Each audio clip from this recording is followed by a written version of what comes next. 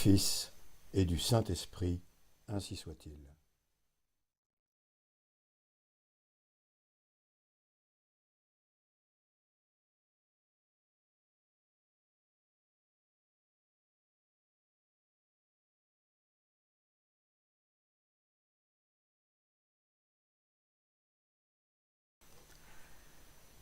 Lecture du livre de Monseigneur Gaume, l'Angélus au XIXe siècle, cinquième lettre aujourd'hui, écrite le 10 juillet 1872.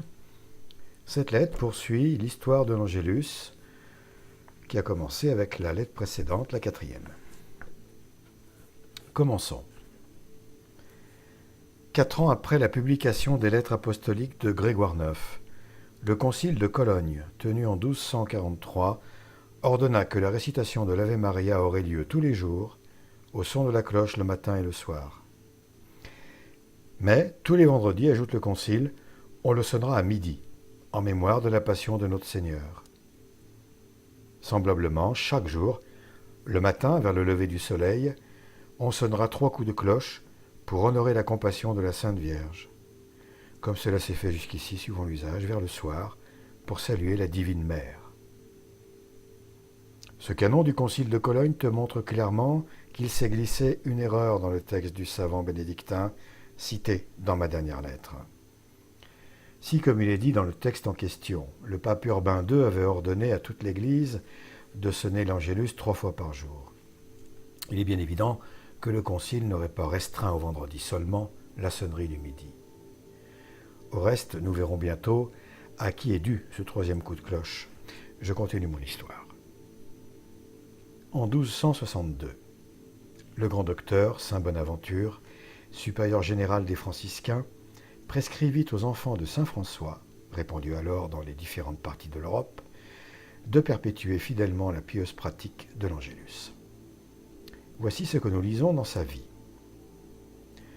Ayant assemblé à Pise en 1262 le chapitre général de l'ordre, le très pieux serviteur de la glorieuse Vierge Marie, mère de Jésus, établit que les frères exhorteraient le peuple à la saluer par 3 Ave Maria, au son de la cloche qui se fait entendre après complis.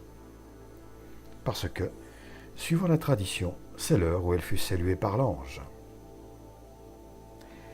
La pieuse Angleterre, autrefois l'île des saints, ne pouvait que s'associer avec amour à la vénérable coutume établie sur le continent. Aussi, le concile d'Exter, tenu en 1287, ordonne aux prêtres d'habituer les fidèles à réciter l'Ave Maria. Tout porte à croire que par là, il faut entendre l'Angélus, attendu qu'au XIIIe siècle, les prescriptions des papes étaient observées en Angleterre, comme dans le reste de l'Église. Si malgré les efforts des souverains pontifes et des conciles, la récitation de l'Angélus parut se ralentir dans certaines églises, d'autres l'avaient religieusement conservée. Entre toutes, on cite l'ancienne église de Saintes, capitale de la Saintonge. Là, on ne manquait pas de dire, au son de la cloche, l'Angélus du soir. L'ayant appris, le pape Jean XXII, si dévoué à la Sainte Vierge, en fut comblé de joie. Une digue infranchissable était trouvée à l'invasion musulmane, dont l'Europe était justement effrayée. Non seulement il approuva l'usage de la vénérable Église, mais encore afin de lui imprimer le cachet de l'universalité et de la perpétuité, il publia la bulle solennelle dont je vais bientôt parler. Pour réussir, il eut recours à l'encouragement le plus puissant qu'on connut dans les siècles de foi. Il attacha quelques indulgences à la récitation de l'Angélus. La bulle est datée d'Avignon, le 13 octobre 1318. Avant de la mettre sous tes yeux, laisse-moi te dire quelle en fut la cause immédiate et déterminante. Tu sais qu'à cette époque, les papes résidaient en Avignon. Or, la justice de cette ville venait de condamner 2 criminels à être brûlés vifs. L'exécution avait lieu la veille de l'Annonciation de la Sainte Vierge. Le bûcher était allumé.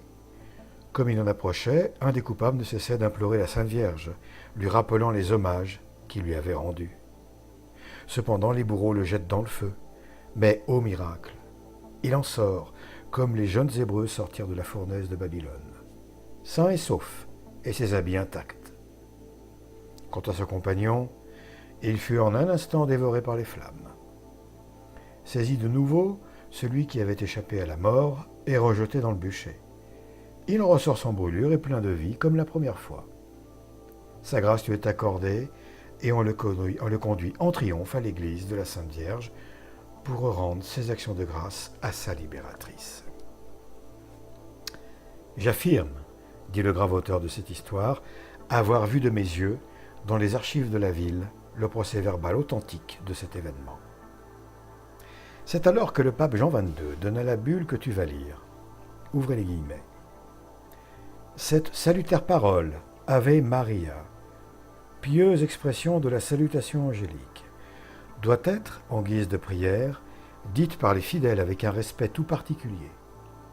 Ainsi, afin de rendre à Marie la gloire qui lui est due, et par sa puissante intercession, obtenir de Dieu les grâces dont nous avons besoin, nous avons pieusement cru devoir ordonner qu'à chaque crépuscule du soir, on sonnerait la cloche et que les fidèles réciteraient la salutation angélique. Et afin que des faveurs spirituelles les portent à le faire avec plus d'empressement, confiant en la miséricorde de Dieu Tout-Puissant, à l'intercession et au mérite de la glorieuse Vierge et des bienheureux apôtres, Pierre et Paul, nous accordons 10 jours d'indulgence à tous et à chacun des fidèles qui, à l'heure indiquée, réciteront dévotement ladite prière. Cette bulle, où respire la confiance et la piété filiale du vicaire de Jésus-Christ envers la Sainte Vierge, est de nature à justifier les insignes faveurs dont Jean XXII fut l'objet de la part de la Divine Mère. Entre toutes, la célèbre révélation qui donna lieu à la bulle sabbatine du même pape. La Mère de Miséricorde daigna l'assurer qu'elle délivrerait du purgatoire, le plus tôt possible, quand Ossius, on croit le samedi, après leur mort, les confrères du scapulaire qui auraient fidèlement accompli les conditions de la vénérable confrérie. Le pieux pontife ne s'en tint pas là.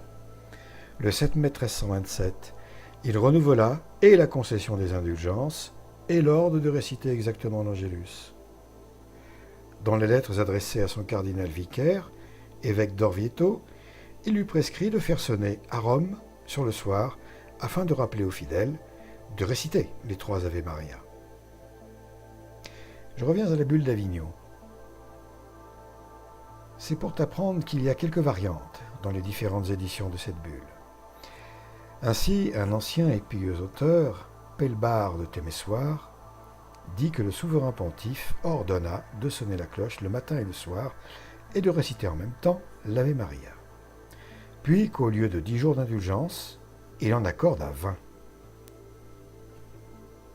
Voici, ajoute l'auteur, les raisons de ces 2 sonneries, du matin et du soir, accompagnées de la récitation de l'Ave Maria. Premièrement, on sonne le soir, parce que, suivant la tradition, c'est à ce moment que le messager céleste, l'ambassadeur de l'Auguste Trinité, salua la Sainte Vierge, dont l'entretien avec l'ange dura jusqu'à minuit, heure à jamais solennelle, où elle conçut le Verbe rédempteur. Le matin, la cloche sonne pour annoncer l'accomplissement du joyeux mystère. Secondement, on sonne le matin et le soir, afin que par les mérites de la bienheureuse Vierge, nous soyons, pendant le jour et pendant la nuit, défendus de nos ennemis. Et si nous venons à mourir, elle nous reçoive dans ses bras maternels. Troisièmement, on sonne le matin et le soir afin que, si nous avons fait pendant le jour ou pendant la nuit quelque bonne œuvre, elle soit plus favorablement reçue du Fils, présenté par les mains virginales de sa mère. Connais-tu quelque chose de plus suave, de plus gracieux et de plus encourageant que ces raisons mystérieuses de l'Angélus? Pour moi, ces divines harmonies ont un charme inexprimable. Je ne puis mieux finir cette lettre qu'en te priant de les méditer avec ton esprit, et plus encore avec ton cœur. Fin de la 5e lettre.